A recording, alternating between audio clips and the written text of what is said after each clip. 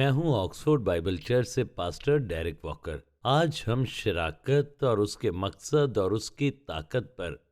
بات کرنے والے ہیں، اور یہ نئے عہد نامے کے 2 حکم ناموں میں سے ایک ہے جو یسوع نے قائم کیا۔ ان میں سے پہلا بپتسمہ ہے جو مسیحی زندگی کے آغاز کی نمائندگی کرتا ہے، جب ہم مسیح کے ساتھ مرتے، دفن ہوتے اور زندہ ہوتے ہیں۔ یہ نئی پیدائش کی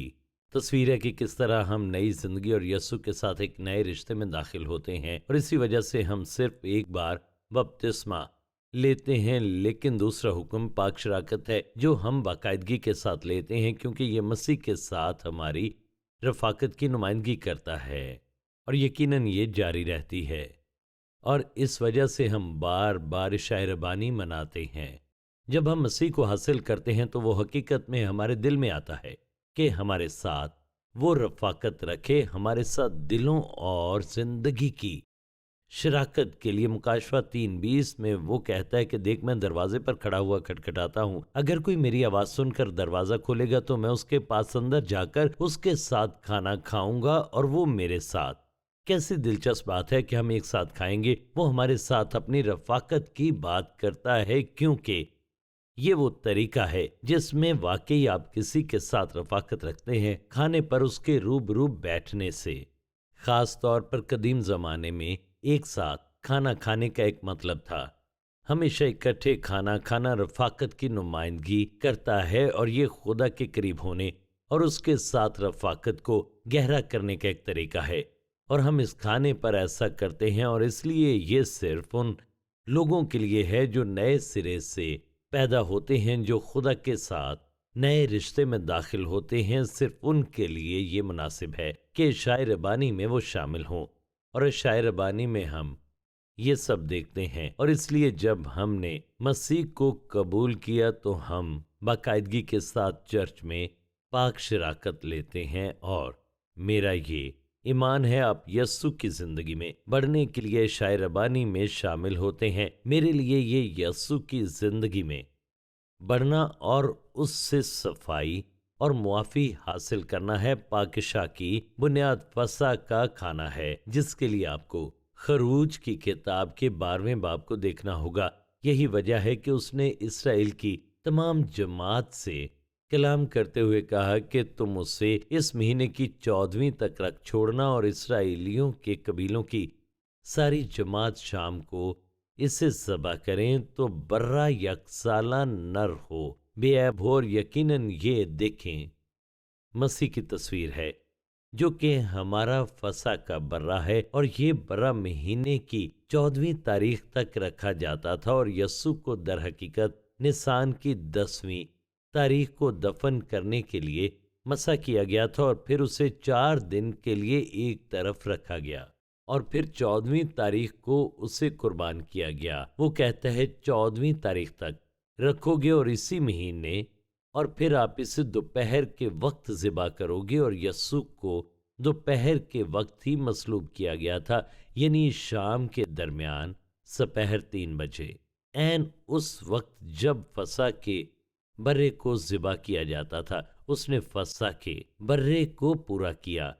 اور یقیناً اس کی قربانی کے ذریعے سے ہم بچ گئے، اور وہ 4 دن یا 4000 سال کی تصویر ہے جو خدا نے مسیح کو ہمارے فسح کے طور پر الگ کر دیا، اور 4000 سال بعد وہ ہمارے لیے قربان ہوا۔ پھر یہ کہتا ہے کہ اور تھوڑا سا خون لے کر جن گھروں میں وہ اسے کھائیں ان کے دروازوں پر لگا دیں، پھر وہ اس گوشت کو کھائیں، اور اس کے گوشت کو اسی رات آگ پر بھون کر بے خمیری روٹی اور کڑوے ساگ پات کے ساتھ کھا لیں، اور یہ بے خمیری روٹی کی عید کا آغاز ہے۔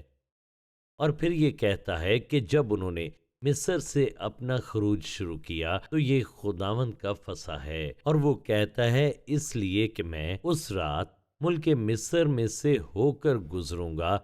اور انسان اور حیوان کے سب پہلوٹوں کو جو ملک مصر میں ہیں ماروں گا، اور مصر کے سب دیوتاؤں کو بھی سزا دوں گا، میں خداوند ہوں۔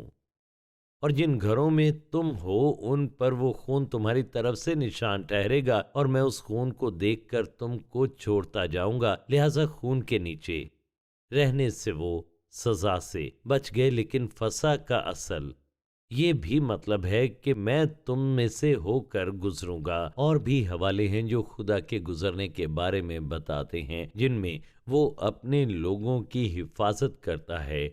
اور جب میں مصریوں کو ماروں گا تو وہ بات تمہارے پاس بھٹکنے کی بھی نہیں کہ تم کو ہلاک کرے۔ اور یہ احساس ہوتا ہے کہ خدا کی عدالت سے محفوظ رہنے کے ساتھ ساتھ ہم دشمنوں کی لعنت سے بھی اس سے بچ جاتے ہیں، کیونکہ خدا ہم پر اپنے پروں کو پھیلاتا ہے۔ اور اس وجہ سے خون کے دو پہلو ہیں جو ہم یہاں دیکھتے ہیں، یہ ان کی زندگی پر لگایا گیا اور انہوں نے گوشت بھی کھایا۔ فسح کے برے اور اس کا گوشت کھانے نے انہیں جسمانی طور پر شفا عطا کی، کیونکہ زبور 105 بتاتا ہے، اور اسرائیل کو چاندی اور سونے کے ساتھ نکال لایا، اور اس کے قبیلوں میں سے ایک بھی کمزور آدمی نہ تھا۔ دوسرے لفظوں میں ہر ایک اس وقت تندرست ہو گیا جب انہوں نے گوشت کھایا۔ فسح کے برے کا تصور کریں، 20 لاکھ لوگوں میں سے کوئی بھی کمزور یا لنگڑا یا سفر کرنے سے قاصر نہیں تھا، اس لیے فسح کا برا کھانے کے ذریعے ان کی تعظیم کی گئی۔ اس لیے وہاں پر شفا اور شراکت تھی، جو کہ فسح کے کھانے میں یسوع کے نئے عہد میں قائم کردہ حکم نامے کا حوالہ ہے۔ اور اس طرح جب آپ فسح کھاتے ہیں تو آپ شفا یابی پر یقین کر سکتے ہیں جب آپ حق شراکت لیتے ہیں۔ پھر یہودیوں سے کہا گیا تھا کہ وہ دن تمہارے لیے ایک یادگار ہوگا۔ تو اس طرح اس کے دو پہلو ہیں، اور بعد میں خروج 12ویں باب میں کہا گیا ہے، کیونکہ خداوند مصریوں کو مارتا ہوا گزرے گا۔ اور جب خداوند اوپر کی چوکٹ اور دروازے کے دونوں بازوؤں پر خون دیکھے گا تو وہ اس دروازے کو چھوڑ جائے گا اور ہلاک کرنے والے کو تم کو مارنے کے لیے گھر کے اندر نہ آنے دے گا، کیونکہ خدا اپنے پروں کو پھیلا کر آپ کی حفاظت کرے گا۔ اور جب آپ خون کو لگاتے ہیں تو یہ آپ کو خدا کی عدالت سے بچاتا ہے، اور یہ دشمن سے بھی آپ کی حفاظت کرتا ہے۔ تو اس طرح یسوع میں اس فسح کی تکمیل ہوئی، وہ برے کے طور پر مر گیا اور اس نے اپنا گوشت اور اپنا خون ہمارے لیے دیا تاکہ ہمارا خدا کے ساتھ ایک نیا عہد ہو۔ اور آپ دیکھیں کہ فسح کی رات اور فسح کا کھانا اس نے مقدس پاک شراکت کو قائم کیا، اور وہ واقعی کہہ رہا تھا کہ میں فسح کو پورا کرنے آیا ہوں، اور یہ موسم بہار کا وقت تھا، جیسا کہ نئے آغاز کے وقت سکھایا گیا تھا۔ اصل فسح میں اسرائیل کو غلامی سے نجات دلائی گئی تھی، اور مصر میں فرعون پر لعنت اور تباہی آئی تھی۔ فسح کی ایک پیشن گوئی کی تصویر، کیونکہ اس نے اپنے خون کے ذریعے ہمیں گناہ کی غلامی اور تاریکی کی بادشاہی کے تسلط سے آزاد کیا، اور ہمیں اپنے ساتھ نئی زندگی گزارنے کے لیے آزاد کیا، جہاں ہم خدا کی خدمت کرنے کے لیے آزاد ہیں۔ اور اسی طرح یسوع اس فتح کی تکمیل ہے جو وہ ہمیں اس غلامی سے آزاد کرتا ہے۔ اور اسی طرح ہم دیکھیں گے کہ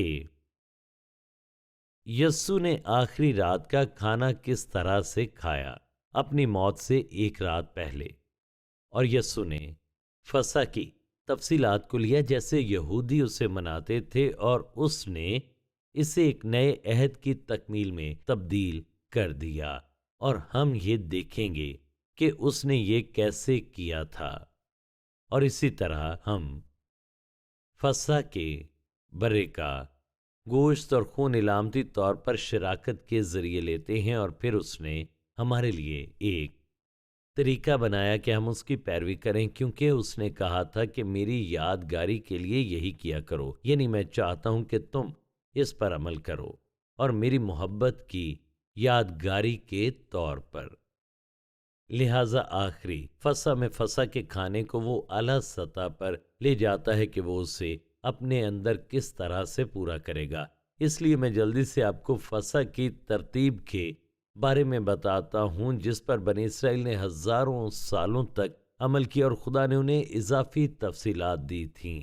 اور اس طرح یسوع نے اس پر عمل کیا۔ اور اسی وجہ سے میں نے یہ 4 پیالے یہاں رکھے ہیں، اور وہ 4 پیالوں میں پیتے تھے، اور اس میں ایک چیز شامل تھی جسے افریقومن کہتے تھے، اور میں اس کی وضاحت کروں گا۔ اور یہ اس طریقے کا حصہ ہے جس طرح یہودی اسے مناتے تھے، حالانکہ ضروری نہیں تھا کہ اس کے بارے میں وہ سب کچھ سمجھتے ہوں، روح القدس نے ان کو یہ اسی طرح دیا مسیح میں تکمیل کی وجہ سے۔ سب سے پہلا پیالہ شکر گزاری کا پیالہ تھا، اور وہ خدا کی نعمتوں پر خدا کا شکر ادا کرتے، اور پھر وہ ہاتھ دھوتے جو آپ کو بھی دھونے کی ضرورت ہے، اس لیے کہ آپ پاک ہوں۔ چنانچہ ایک بیسن پاس ہوتا ہے اور وہ دعا کرتے، اور اس کا مطلب ہے کہ آپ کو رفاقت میں حصہ لینے کے لیے روحانی طور پر پاک ہونا پڑے گا، اس سے پہلے کہ آپ رفاقت کریں۔ پھر ایفیکومن تھا اور میٹسٹوش، اور اس سفید تھیلی کے اندر دراصل 3 پرتیں ہوتی ہیں، اور اس سے میٹسٹوش کہا جاتا ہے، اور اس تھیلی کے اندر بے خمیری روٹی کے سنے 3 ٹکڑے ہوتے ہیں، اور بائبل میں خمیر گناہ کی نمائندگی کرتا ہے، تو بے خمیری روٹی بے گناہی کی نمائندگی کرتی ہے، ایسی چیز جو کہ بے عیب ہو۔ تو یہاں ان میں سے 3 ہیں، میں ان سب کو باہر نہیں نکالوں گا، اور ویسے بھی آپ انہیں یہاں پر دیکھ سکتے ہیں۔ تو یہ ایک عجیب بات ہے کہ ان کے پاس ایسا کیوں تھا، یہ بائبل میں نہیں، لیکن یہی وجہ ہے کہ روح القدس نے اسرائیل کو یہ سب دیا تھا، اور درمیانی ٹکڑا نکالا جاتا ہے، اور یہ درمیانی ٹکڑا ایفیکومن کہلاتا ہے، اور یہ یونانی لفظ ہے جس کا مطلب صحرا ہے، جو کہ بعد میں آتا ہے، اور اس طرح اسے بعد میں کاٹ کر استعمال کیا جائے گا، لیکن ابھی کے لیے اس ایفیکومن کو باہر نکالا گیا ہے، اور یہ اس طرح ہے جیسے اسے سفید کپڑے میں دفن کیا گیا ہو یا پھر اسے ڈھک دیا گیا ہو، اور گھر میں اسے کہیں چھپایا جاتا ہے، اور بعد میں بچوں کو اس کی تلاش کے لیے بھیجا جاتا ہے، اور جب بچوں کو مل جاتا ہے تو انہیں ایفیکومن کو دریافت کرنے کی قیمت ملتی ہے، اور یہ انتہائی خوش کن ہے، اور ایفیکومن انتہائی اہم ہے۔ اس کے بعد ان کے پاس کچھ جڑی بوٹیاں تھیں، اور یہ انہیں مصر میں ان کے مصائب کی یاد دلاتی تھیں، اور پھر جو کچھ انہوں نے اس برائی کے اندر سہا، پھر وہ دوسرا پیالہ پیتے جسے آفت کا پیالہ کہا جاتا تھا، اور یقیناً پھر انہیں یاد ہوگا کہ مصر کی وہ 10 آفتیں جو ان پر اس وقت نازل ہوئی تھیں، پھر وہ چند زبور اس وقت وہاں پر گاتے، اور پھر وہ اپنے ہاتھوں کو دوبارہ سے دھوتے، اور پھر میزبان برے اور روٹی اور کڑوی جڑی بوٹیوں سے ایک سوپ بناتا، اور پھر وہ اس میں ڈبو کر اس شخص کو پیش کرتا جو اس کے دراصل بائیں بیٹھا ہوتا، جو مہمان عزازی ہوتا، اور پھر اسی طرح سب لوگ اس میں سے کھاتے، اور پھر فسح کا برہ جتنا چاہتے وہ مل کر کھاتے، اور پھر رات کے کھانے کے وقت بچوں کو بلایا جاتا جو ایفیکومن ڈھونڈتے، اور پھر ایفیکومن کو سامنے لایا جاتا جہاں بھی وہ چھپا ہوتا، اور پھر ہم دیکھتے ہیں کہ اس ایفیکومن کو توڑا جاتا اور تمام لوگوں میں تقسیم کر دیا جاتا، اور پھر اس کے بعد تیسرا پیالہ لیا جاتا جس سے برکت یا نجات کا پیالہ کہا جاتا تھا، اور یہ اس حقیقت کی نمائندگی کرتا تھا کہ برے کے خون کے ذریعے وہ خدا کی تمام برکات میں داخل ہوئے، اور پھر وہ کچھ اور زبور گاتے، اور پھر وہ چوتھے پیالے کے ساتھ ختم کرتے جو تمجید کا پیالہ ہے، اور یہ واقعی نجات کی مستقبل کی تکمیل کے لیے خدا کی تعریف کرنا ہے جو خدا نے فسح کے برے کے ساتھ شروع کیا تھا۔ بالآخر خدا انہیں وعدہ کی سرزمین میں لے گیا، اور سب کو بھرنے کے لیے ان کے ساتھ اس کے وعدے تو یہ مستقبل میں دیکھنا ہے۔ اب سنیں مستقبل کی نجات کو، تو آئیے دیکھتے ہیں کہ یسوع نے اسے کیسے پورا کیا۔ لوکا 22 میں لکھا ہے کہ جب وقت ہو گیا تو وہ کھانا کھانے بیٹھا، اور رسول اس کے ساتھ بیٹھے، اور اس نے ان سے کہا مجھے بڑی آرزو تھی کہ دکھ سہنے سے پہلے یہ فسح تمہارے ساتھ کھاؤں، کیونکہ میں تم سے کہتا ہوں کہ اسے کبھی نہ کھاؤں گا جب تک وہ خدا کی بادشاہی میں پورا نہ ہو۔ تو وہ کہتا ہے کہ اس مے کو میں پھر نہ پیوں گا۔ پھر دیکھیں، پھر اس نے پیالہ لے کر شکر کیا اور کہا کہ اس کو لے کر آپس میں بانٹ دو، کیونکہ میں تم سے کہتا ہوں کہ انگور کا شیرہ اب سے کبھی نہ پیوں گا جب تک کہ خدا کی بادشاہی نہ آئے۔ تو وہ پہلا پیالہ تھا، اور پھر ہاتھ دھونے کا وقت آ گیا۔ جب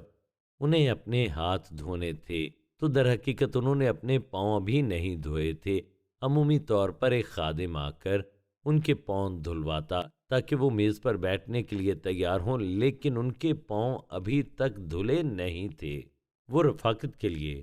ابھی تیار نہ تھے۔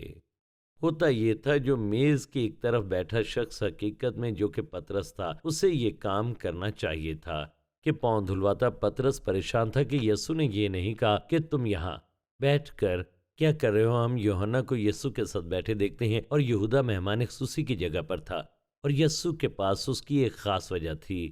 آخری یہودا تک پہنچنا مہمان خصوصی کے طور پر۔ لیکن پطرس عام طور پر یسوع کے دائیں بیٹھا ہوتا تھا، لیکن اس بار وہ آخر میں بیٹھا تھا، اس توقع پہ کہ یسوع کہے کہ پطرس یہاں آ کر بیٹھو، میرے ساتھ بیٹھو۔ لیکن ایسا نہیں ہوا۔ پطرس غصے میں تھا کیونکہ اس کے خیال میں وہ سب سے اوپر تھا، اور اس نے شاگردوں کے پاؤں دھونے سے انکار کر دیا۔ لیکن پھر یسوع نے اپنی محبت کا اظہار کیا، جیسا کہ ہم جانتے ہیں کہ ان کے پاؤں دھونے کے وسیلے سے، اور وہ حقیقت میں نجات کی تصویر بھی بنا رہا تھا، کیونکہ اس نے بادشاہ کے کپڑے اتارے اور اپنے اوپر ایک خادم کا لباس پہنا، اور یہ یسوع مسیح کی ایک تصویر ہے جس نے اپنی شان کو ایک طرف رکھا اور اپنے آپ کو اس نے فروتنی میں لپیٹ لیا۔ اور پھر وہ کہتا ہے کہ اس نے ایک برتن میں پانی ڈالا، اور اس کا مطلب ہے کہ اس نے اپنی زندگی انسانی بدن میں ڈال دی، اور پھر یہ کہتا ہے کہ اس نے وہ پانی ان کے پاؤں دھونے کے لیے انڈیل دیا، اور یہ کہ یسوع نے اپنی زندگی موت کے حوالے کی تاکہ ہمارے گناہوں کو ہم سے دھو سکے۔ اور پھر کہتا ہے جب اس نے یہ کیا، وہ واپس میز پر آیا اور اپنا لباس دوبارہ پہنا، اور یہ یسوع کے سر بلند کیے جانے کی تصویر ہے اور اس کے جلال پانے کی، اور اس نے ہمیں دھویا۔ تو یسوع یہاں پر ان کے پاؤں کو دھوتا ہے۔ پھر ہم ایفیکومن پر آتے ہیں، اور یہودیوں کو یہ سمجھ نہیں آیا کہ ایفیکومن کا کیا مطلب ہے اور یہ تین کیوں ہیں، اور وہ ہر طرح کی مزاح کا خیز وضاحتیں کرتے، لیکن حقیقت میں ہم بالکل سمجھتے ہیں کیونکہ خدا نے ہمیں یہ بھید دیا، اور ہم یہ جانتے ہیں کہ میکنٹوش خدا کی نمائندگی کرتا ہے، اور ہم جانتے ہیں کہ وہ خدا ثالوث ہے، اور آپ کو معلوم ہے کہ یہ تین ٹکڑے کیوں ہیں، خدا باپ، بیٹا اور روح القدس۔ لیکن ان تین ٹکڑوں میں سے صرف ایک ظہور میں آتا ہے، اور وہ ہے ایفیکومن، جو مسیح بیٹے کی نمائندگی کرتا ہے، اور وہ سامنے لایا گیا، اور یہ یسوع کے سامنے آنے کی ایک تصویر ہے۔ اور ایفیکومن بے خمیری روٹی ہے، یعنی وہ بے عیب ہے، اس پر دھاریاں ہیں، یعنی یسوع نے ہمارے لیے جان دی اور ہمارے لیے اس نے جان دی۔ اور اس میں بہت سے چھید ہیں جو یہ ثابت کرتے ہیں کہ یسوع کے پورے جسم کو چھیدا گیا۔ دیکھیں، یہ یسوع کی تصویر ہے۔ ہلیلویا۔ اب اس کے بعد جو کچھ ہوا وہ ایفیکومن تھا۔ یسوع کو ہمارے لیے صلیب پر توڑا گیا، اور پھر اسے کفن میں ڈال کر دفن کیا گیا، اور کچھ دیر کے لیے وہ نظروں سے اوجھل ہو گیا، اور ہم دیکھیں گے کہ تھوڑی دیر بعد ایفیکومن کے ساتھ کیا ہوا۔ لیکن یسوع کو دفن کیا گیا اور وہ نظروں سے اوجھل ہو چکا تھا۔ پھر جب یہ ضیافت جاری رہتی ہے، ان کے پاس کڑوا ساگ پات تھا، اور یہ کڑواہٹ نمائندگی کرتی ہے گناہ کی کرواہٹ کی، گناہ کی قیمت کی، اور اس حقیقت کی یاد دہانی کہ یسوع نے ہمارے لیے اس لعنت کو اپنے اوپر لیا، ہمارے لیے اس نے دکھ اٹھایا، اور ہمارے لیے گناہ کی تلخی کو اس نے برداشت کیا۔ اور پھر وہ دوسرا پیالہ لیتے ہیں جو کہ عدالت کا پیالہ ہے، اور وہ گیتسمنی باغ میں اس کی بات کرتا ہے، جسے باپ نے پینے کے لیے کہا تھا، کیونکہ اس کی وجہ سے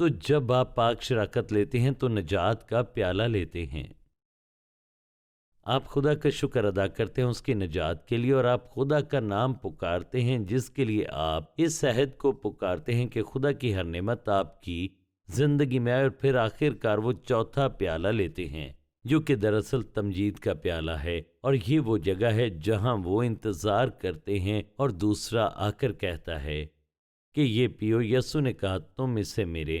واپس آنے تک پیو گے۔ وہ کہتے ہیں تم سوچ رہے ہو خداوند کا شکر ہو، میری آخری نجات جو قیامت کے وقت ہوگی، اور تم مستقبل کی نجات کے منتظر ہو جس کا خون یسوع نے آپ کے مستقبل کے جی اٹھنے کے لیے فراہم کیا۔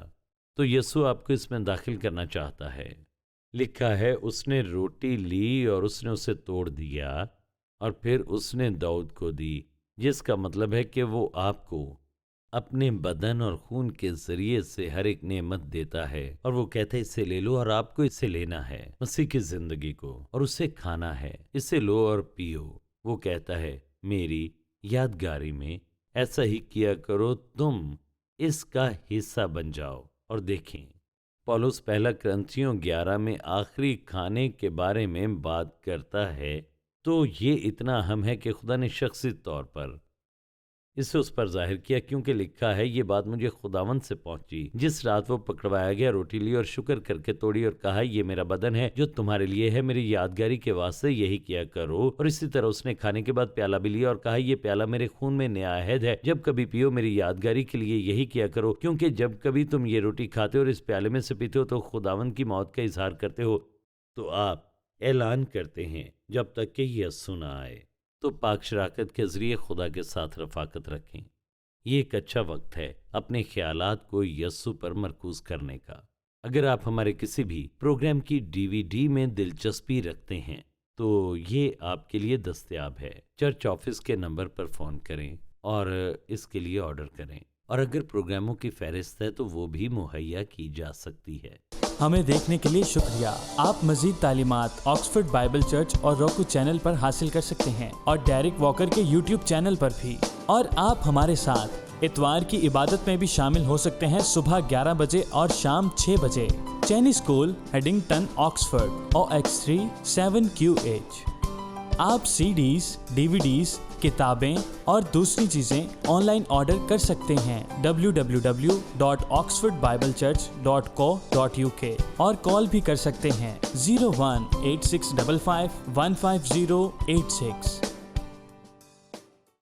Shekinah Bible Ministries were founded by Dr. Tahira Salim and Reverend Dr. Asher Salim on 27th October 1998. The foundation of organization was laid by Reverend Dr. Shahid Siraj Deen, who was called home by God on 14th Feb 1998. The organization commenced its working through Bible Institute and then by the grace of God developed following establishments: Shekinah Bible Church, Shekinah Sunday School, Shekinah Movie Society, Shekinah Messaging Services, Shekinah Adult Youth, Daughters of Shekinah, Shekinah Bible Institute, Shekinah News, Shekinah Medical Camp, Shekinah EMAC.